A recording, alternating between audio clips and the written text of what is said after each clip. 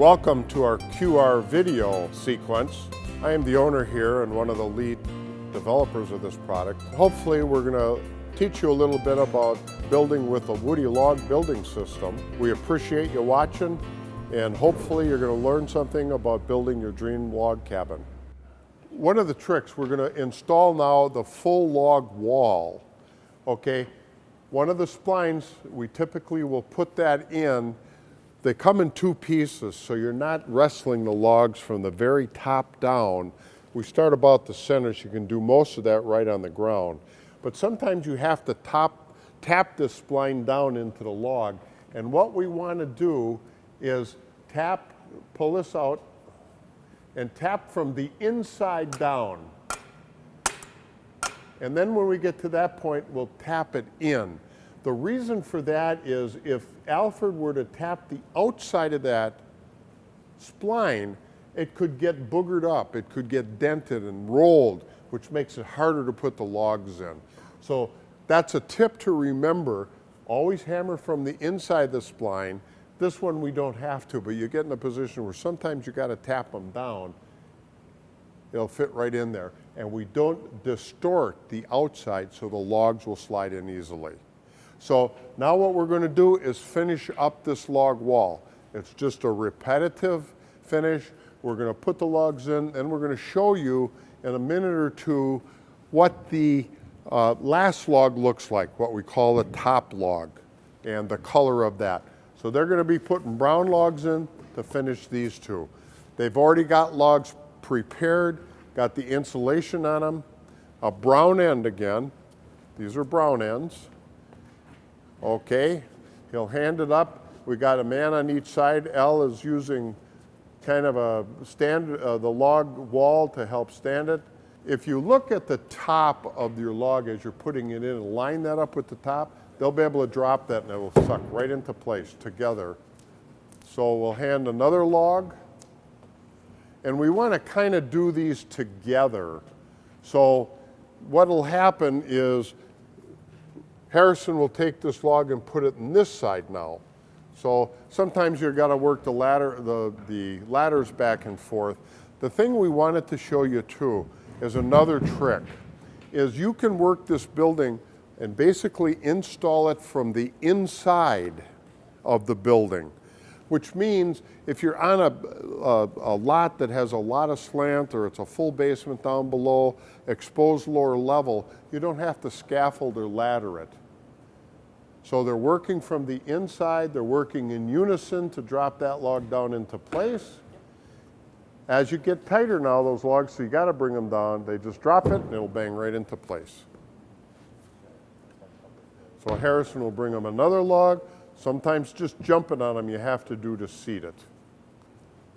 If that insulation sticks up a little bit, just grab it and push it down. Remember, that is your seal. That's one of your seals. So you want to be cognizant of keeping that in place. Again, they're just lining on the spline.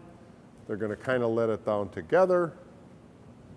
And they get to a certain point where they can just like it'll drop right into place, just like that. So darn near as fast as you can haul logs, you can build a log wall. We don't fasten these logs. We don't fasten them for a couple of reasons. Number one, we want this building to move and flex. When we get into seismic areas, high wind areas, and those kind of things, this is important to comply with code. If we had a real rigid situation, it wouldn't comply to seismic codes. The other thing this allows us to do is, although these logs are kiln dried, that doesn't mean there's no moisture in them. And depending where this building goes, let's say it went to the northern United States, up in Montana, these logs would have more moisture in them content naturally than they would in Phoenix, Arizona. So we account for that by allowing these logs to move. And in a later episode here, we're going to show you how we do that. We actually have a mechanical system that continues to put downward pressure on them. Other log builders and so forth, they got to put rods down through these things. We don't have to do that. So these logs are basically closure logs, that's all they are. We talked about post and beam. This is your post, and the beam is going to be our rafter that we're going to show as we get to that point. So again, post and beam. These don't support any weight. They're just basically closures against the weather and to give you that aesthetic view that you got a log cabin. These are solid. Each one of these weigh about 50 pounds. These are cut out of about a 12-inch tree. These are cut out of about a 16-inch tree. So it's massive stuff. I've said in earlier videos, our building, the good news is, our building is very heavy, okay? The bad news is it's very heavy. And the bad news part of it is it just means it's a lot of these strong guys putting it together. The good news is this is solid. This is solid log stuff. This isn't some 2x4 frame wall that you insulate, put log siding on, you bang on it and it just rattled. You bang on this, you can't move it. You can't kick this, you'll hurt your foot doing it. On the inside of a house, if you kick drywall, you could kick it through. So as I'm talking here, these guys are finishing up this wall, full log wall. And this will take, in total, 12 logs to do it. Right now we're putting in 11. All 11 logs are the same brown end DL48 common logs. Now they're up at the top, last log goes in. That's a different log, it's called a TDL log. And that is set up with grooves on it. Again, we got about 7 different log parts and they go in specific areas. So it's a sequence, one after another after another. Now we haven't been talking here for 3 or 4 minutes and the guy's got this wall done. And it's done. Insulated, no chinking, no caulking, nothing. Now they're putting the last log on, it's a red end log, and that is cut out with grooves on the top. And those grooves become our closure board area. So it's a different log, you'll recognize it because it has a red end.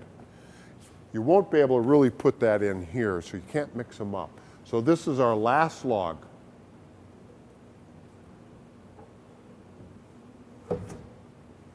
Okay, that wall is complete. That's done. 10 minutes took us, maybe 10 minutes to put that in. Put the last log in here. Now again, this log that goes on, this is what we call a full log bay. Full log bay. This of course is a door bay. We just got done putting a window bay in. So a full log bay, 12 logs. Totally complete, flashed, insulated, the whole works. Again, doesn't need chinking. So they're going to put the last top log in. These 2 walls are done. Now, the question is, okay, we're a little bit open. Some of these grooves here are a little bit open. Not to worry, we got a top plate system on here. When we put that on, we'll show you in a later QR video how that now, it's designed, a patent pending design, a cam actions, and pull this whole building together on the top. These are all exactly 48 inches the whole way. So now we want to pull this together. We showed you earlier how we do the bottom with the log lock on the first log we put in. I mentioned that when we get to the top, put a log on there. What's this mean? Well, it means that you don't have to strap the building from the outside. I got no log rods going through this thing. I got total air infiltration prevented because of my spline and my system. I don't have to worry about these carrying a load. Normal log houses, real log houses like this one, got to worry about this because it moves. It can move a little bit. When we get to the closure board, we've provided for all of that. So we have now gone through in this video a door installation, a window installation, and finishing up a log bay installation. Thanks for watching. Hopefully you've been entertained a little bit. Hopefully you've learned a little bit about the Woody log building system. The reality is anybody can do it. We've given you a little bit of a helping hand through our QR series and our initiative. If you have any further questions, contact us at the information listed.